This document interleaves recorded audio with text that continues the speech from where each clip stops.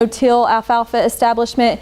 Early on in a spring planted system, they found maybe, there might be a few more plants per square foot with a conventional till compared to a no-till, but as they moved on into the growing season, they didn't see as much difference. First year totals didn't really differ between those two types of planting system, and then that first cutting the second year didn't differ either between those two planting systems. But the key here between these two things is, one, soil pH. If you have really low soil pH, have that tillage will really help incorporate a lot of that nutrients and help bring up that soil pH faster than a no-till will. Additionally, weed management is definitely something that should be thought about in these two systems. If you have a lot of weed pressures that seems to keep reoccurring in these fields that you may be thinking about planting alfalfa, you may be had to go ahead and till up that field and really kind of rotate some of that weed seed under. Additionally, if you are going to use tillage to plant this alfalfa, it's recommended that you come back in with some type of cultipator to make sure that ground is really solid.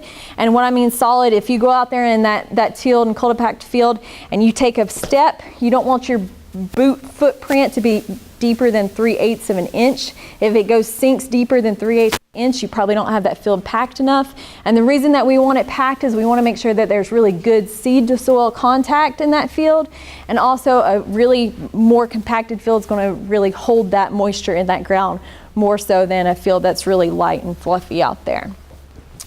Additionally, when we start thinking about seeding depth, it's already been mentioned that some of these grass seeds really do not withstand a very deep seed planting. Alfalfa is no different. Up here, we recommend that this alfalfa seed be planted about 1/4 of an inch deep. However, as we move down into some of the sandier soils down in the coastal plains, we can probably get by with getting a little bit deeper than 1/4 of an inch. But getting it much deeper than 1/2 inch down there can lead to a stand failure. Additionally, the seeding rates for most of our alfalfa varieties is anywhere from 15 to 20. I have seen it as low as 12 pounds per acre and up to about 22 pounds per acre. And I think some of your varieties are around that 15 to 22 pounds per acre, I think. Standard recommendation. Yes, standard recommendation. Additionally, you really do have 2 windows that you can plant in. Most often what happens with alfalfa is that we tend to plant it in the spring. We get some good establishment in the springtime. Weed pressures, again, are always going to be an issue. We do have a chance to plant it in the late summer, early fall. However, up here in the mountains, that time frame would be probably around late August, 1st of September. But we really do need alfalfa to be seeded and planted about 6 weeks before we get that first frost, because it really needs to have time to put energy and nutrient reserves into that crown before that frost to help it make it through that winter. And so this is just the alfalfa crown, as you see, and as already mentioned in previous presentation, they're really storing a lot of nutrients and carbohydrates and reserves in this crown area, so that once it gets through that winter, it can use those reserves to produce new shoots, which you can see coming out here. So again, if you are thinking about planting it in late summer or fall, I really recommend, make sure that you get it in there 6 weeks before that first frost, so we can ensure that that plant will make it through the winter time. Additionally, I think it's already been talked about today about inoculating seed. And so what do you guys think happened in this area here? So this was a field trial done, and this is inoculated seed, non-inoculated seed, and inoculated seed. So what happened here is that this field didn't actually have the bacterium that was needed to get that symbiotic relationship with that alfalfa plant, and so we had a pretty big stand establishment failure in this area.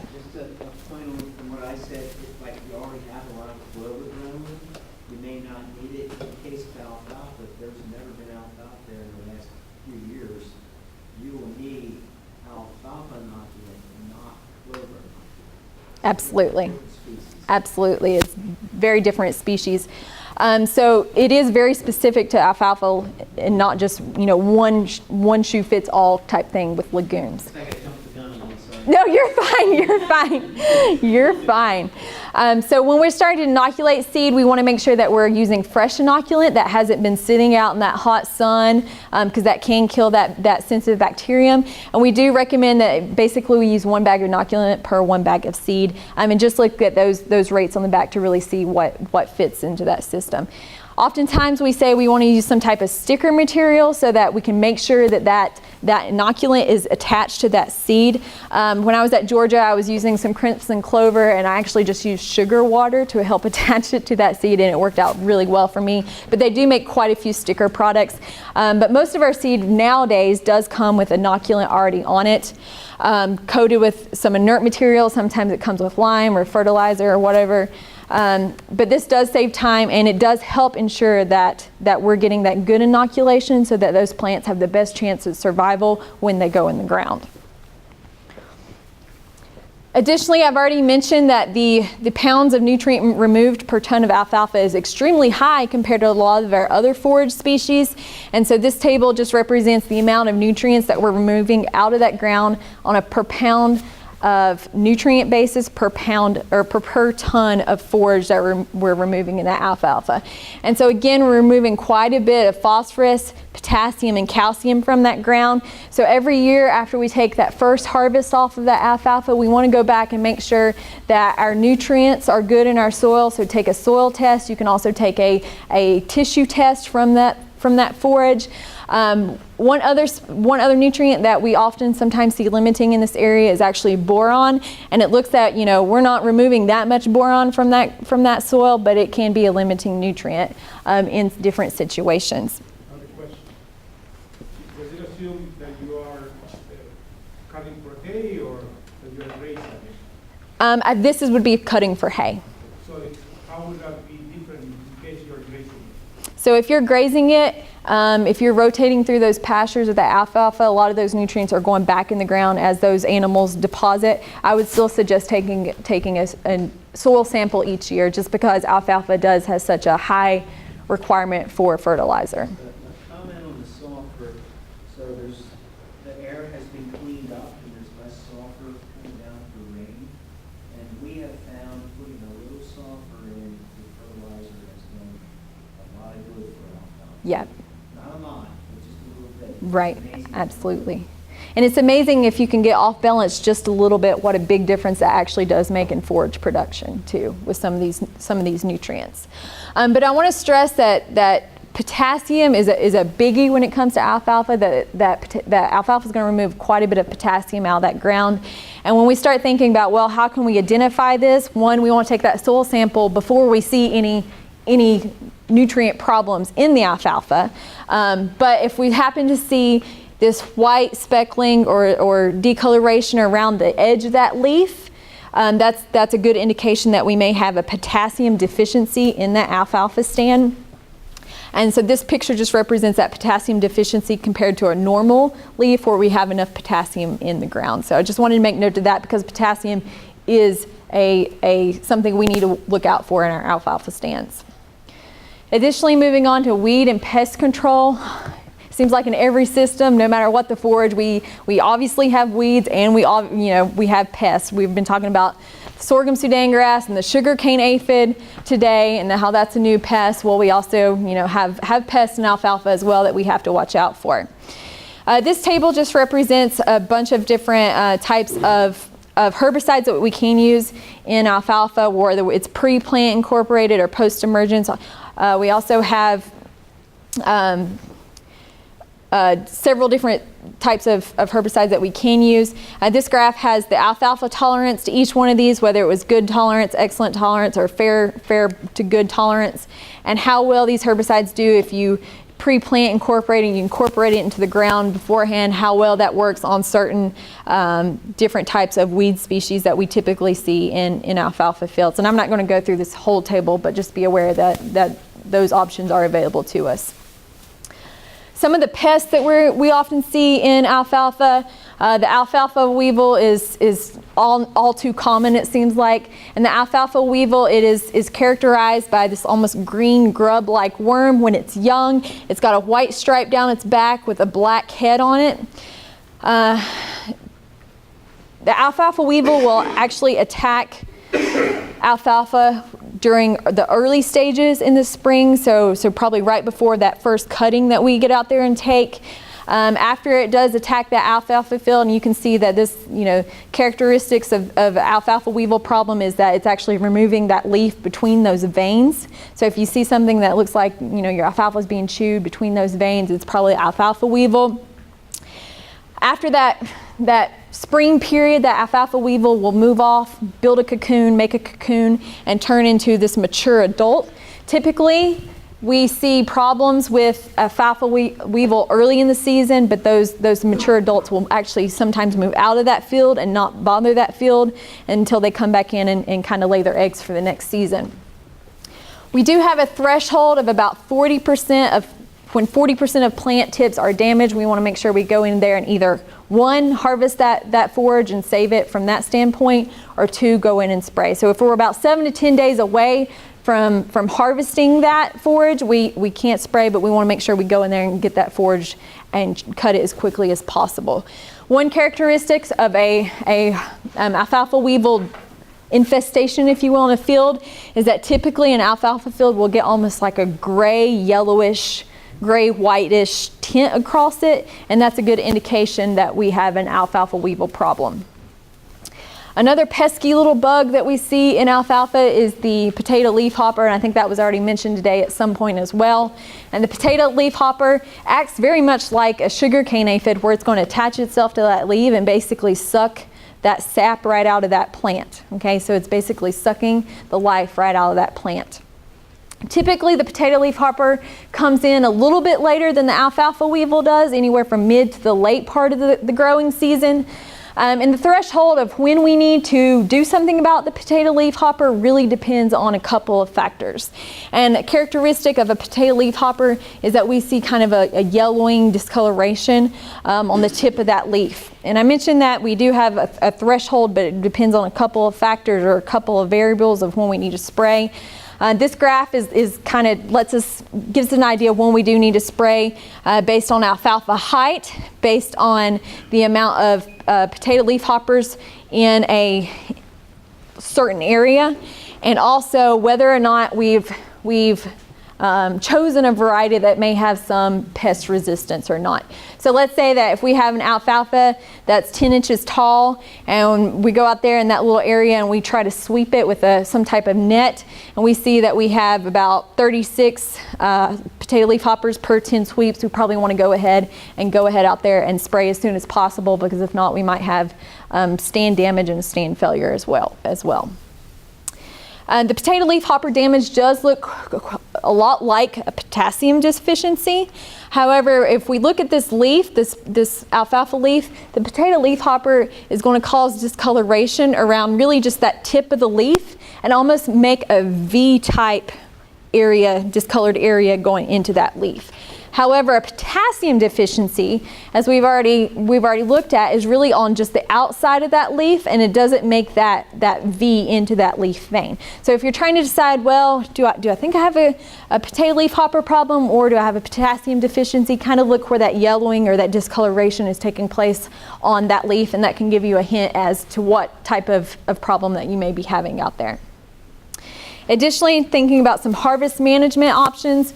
If we go out there and we establish that field in the spring, and we're like, well, when do we need to take that first cutting of alfalfa? If I take a first cutting of alfalfa, will it damage my stand, whatnot? We want to make sure that when we're taking that first cutting of alfalfa, we want to try and allow that alfalfa to advance to the maturity of at least an early bloom stage. And so if we're doing that, we're allowing that alfalfa plant to put those carbohydrate reserves and nutrient reserves back into that crown so that it can grow back and produce this another cutting later on into the spring and summer. But what we just heard in the last presentation is that there's really a fine line between quality and yield in a lot of these forage species, particularly in alfalfa. As that we start increasing that forage yield in alfalfa, that quality decreases very, very rapidly. And I'd say more rapidly so in alfalfa than it does in a lot of our other forage species.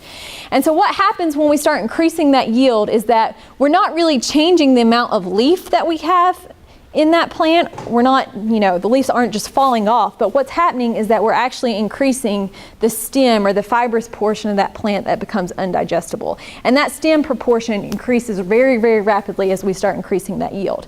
And thus, as we start increasing that yield, our quality really decreases very rapidly as we move from a vegetative all the way up to a full flower and full seed stage. Okay. And this graph, adapted from Southern Forages, and if you don't have the Southern Forages book, it's almost like the Southern Bible, I guess, for forages, if you will. So there's a lot of good information, and I encourage you, if you don't have that book, to get that book, because there's a ton of good information in there.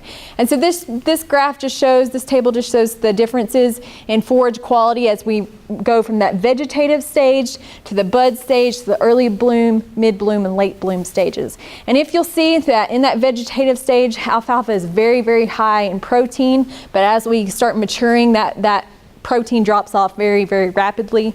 However, our fiber starts increasing as we start maturing. Our TDN starts decreasing, so there's less energy, there's less total digestible nutrients available as we start increasing our maturity of our alfalfa. And additionally, that RFQ starts going down as well. And this is important, particularly to producers who are trying to produce alfalfa that's very high in quality, especially if you have dairy cattle that are trying to lactate, dairy heifers that are going through that first lactation. They're still trying to grow, so they need those. They have that extra nutrient requirement compared to a lot of our other livestock species. Additionally, stocker cattle have that high nutrient requirement as well, as they're trying to grow and lay down muscle and fat as well. And then we start moving down here as we have a dry cow or horse that's just out there, being a pasture ornament, if you will, not really working for us. So we do have quite a few differences, or quite a range in the amount of nutrients needed in different classes of livestock. So what we need to do is make sure that we're harvesting this alfalfa, whether we're grazing it, harvesting as hay, or ensiling it, to make sure we're matching our animals' nutrient needs that Dr. Rayburn's already talked about today. So make sure that if we're really about the yield and we're not caring so much about quality, because we don't have dairy cattle that are lactating, maybe we just have a horse that's out there that's just resting out in the pasture, that maybe yield may be more important to us than quality. So this graph just represents different cutting schedules, different management schedules for harvesting to really help us match our production goals. So if we are really focused on making sure that alfalfa persists in our pastures maybe, or in our hay fields, we can increase that cutting length a little bit. However, if we're focused on that quality, we want to make sure we start decreasing those intervals in our cutting or our harvest periods to make sure that we're getting the best quality possible. And then if we're really wanting a balance between that yield and quality, make sure we're harvesting anywhere between 28 and 34 days for the alfalfa. So just to summarize it, and I know we're about 30-40 minutes over time already. So there's several keys to establishment of alfalfa and making sure that we have a good stand of alfalfa out the get-go. One, site selection. Make sure that we don't have any shallow hard pans, bedrock. We want soils that drain well, clay, loamy soils. Additionally, soil testing. We've got to make sure that soil pH is up there between that 6.5 to 7 range, because if we don't, we're going to have a failure right out the get-go. Additionally, variety selection, we need to make sure that we're choosing a variety. One, if we're grazing, that it is a grazing tolerant variety. Two, we want to make sure that its winter hardiness matches the region that we're in here. Planting, whether you want to conventionally till it in, conventionally till your soils. Planting date's also a big factor, as well as both pest and weed management, both at planting and during that first year and years to follow as well. And harvest management, just make sure that you are matching your production goals with what you're doing out there in the field. And so with that, hopefully I didn't take too much time and I can answer any questions that you may have. Yes? Could you speak to the overall feasibility and practicality of incorporating fescue alfalfa in grazing for beef cattle? In grazing for beef cattle. I think Single species or a mix or all of the above? Yeah, so I think that alfalfa has a really is a really good option for interseeding Bermuda grass, because oftentimes what we see is that Bermuda grass just isn't very high in quality, especially in the summertime, to really get some of our production goals. If you have a spring calving herd and you're trying to grow those animals in the summertime, that if you have it in your Bermuda grass, that really helps bring up that quality so you can get more average daily gain on those calves. I think that's a great option. Additionally, I think if you have a lot of animals that have a very high nutrient need or high, a lot of high protein requirement, energy requirement, the alfalfa is a great option, a really great option. Now, I will say that if you're one of those producers that never puts nitrogen on your fescue, continuously graze that fescue, alfalfa is probably not going to work in your management system. Did that answer your question? Not really. Not really? Okay. In western North, or Piedmont and western North Carolina. Yeah. Yeah, I absolutely think it has a place. Absolutely. No Bermuda grass patch. Yeah, I think it does have a place for sure.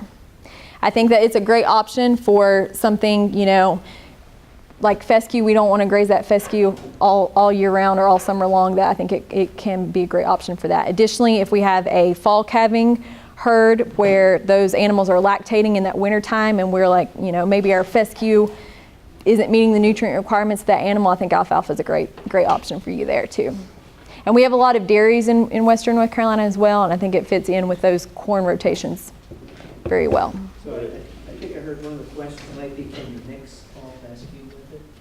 Was that the question? Was you asking about Well, tall? that is a question, but, will it work or not work? I don't have much experience mixing it with tall fescue, other than when we have a really thin stand of alfalfa and you want to do something, you don't want to kill that alfalfa yet, that you can go in and interseed a fescue or orchard grass with it. And you can probably comment to that more. In our region, we mix grasses with alfalfa quite often. It works very well. However, the further south you come, the challenge is in diets we want consistency.